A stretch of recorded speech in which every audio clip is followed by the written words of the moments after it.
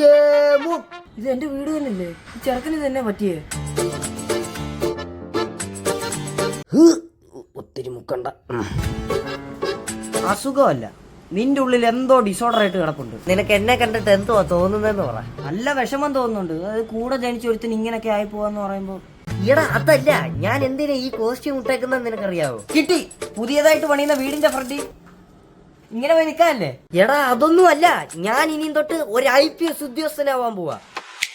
സബാഷ്. ഞാൻ ഒരു IPS ഒക്കെ ആയതിനു ശേഷം ആൾക്കാരെന്നെ വിളിക്കുന്ന ആലോചിച്ചേ, കെവിൻ IPS. എങ്ങനുണ്ട്? ബിരിയാണിക്കകത്ത് പട്ട കിടക്കുന്ന പോലെ ഉണ്ട്. ഓക്കെ, പോലീസ് അയക്കോ, പക്ഷെ പരീക്ഷ എഴുതണം. വല്ല പിടിയുണ്ടോ? സഹായിക്കണം പ്ലീസ്. അതിനെന്തുവാ ചെയ്യണ്ട? എനിക്ക് അറിഞ്ഞുകൂടാ ഇതൊന്നും. പേടിക്കണ്ട, സ്കൂൾ തലം മുതൽ പിള്ളേരുടെ ഫ്യൂച്ചർ ഡ്രീംസ് അച്ചീവ് ചെയ്യാൻ വേണ്ടിട്ട് ഒരു ഡിജിറ്റൽ പ്ലാറ്റ്ഫോം ഉണ്ട്, ഇബോട്ടോ.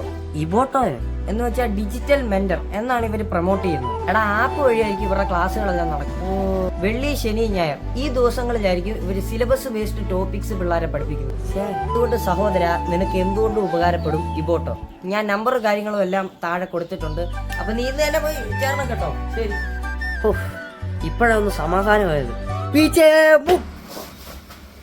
എന്തുവാ?